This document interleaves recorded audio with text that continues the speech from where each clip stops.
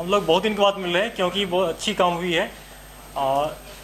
Pulwama police को पिछले week से लगातार खबर आ रहा था कि मिलिटेंट्स जैश मोहम्मद और एचएम मिलकर एक सुसाइडल अटैक करने वाला है और एक सेंट्रो कार लिया है, उसमें आईडी भर के एनी टाइम अटैक कर सकता है। तो कल दिन में और मैच्योर हो गया था और उसको और डेवलप करके कल शाम में पुलवामा पुलिस ने आर्मी, सीआरपीएफ और एसओजी पार्टी का डिफरेंट नाका लगाया और आए गुण में जब उसी गाड़ी में जिसका खबर था, जब नाका पार्टी के पास आया तो हमारे फोर्स ने वार्निंग फायर दिया।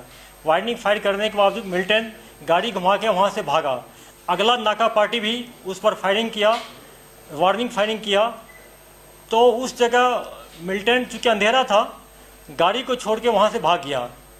हमारी पार्टी दूर से लाइट से देखा तो कुछ सस्पिशियस लगा और जब गाड़ी का सेम नंबर मिला जिसको एक्सपेक्टेड कर रहे थे हम लोग, तो कॉर्डन को टाइट कर दिया और फर्स्ट लाइट का वेट कर रहा। और आज मॉर्निंग में अपना बीटी स्क्वाड गया, जब उसने देखा कि इसमें आईडी एक्सप्लोसिव लोडेड व्हीकल है, तो हमारी टीम वहाँ जाके उसमें आर्मी, सीआरपी, पुलिस की टीम जाके उसको पूरे टेक्निकल ढंग से उसको डिफीट किया।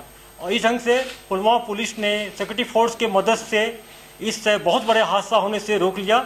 मैं पुलिस को और पैरामिलिट्री सीआरपीएफ को, आर्मी को बधाई देता हूं कि सबों ने मिलकर बहुत अच्छा काम किया। कि हम लोगों को इत्तला था कि जैश मोहम्मद का मिलिटेंट इस कार्रवाई को करने वाला था और यह जंग बदर के दिन ही करना था, क्योंकि उस टाइम में हम लोग बहुत सारी कार्रवाई प्रिवेंटिव मेजर लिए, बहुत सारे कॉर्डन सर्च ऑपरेशन किए, उसमें हमको बहुत कामयाबी मिली।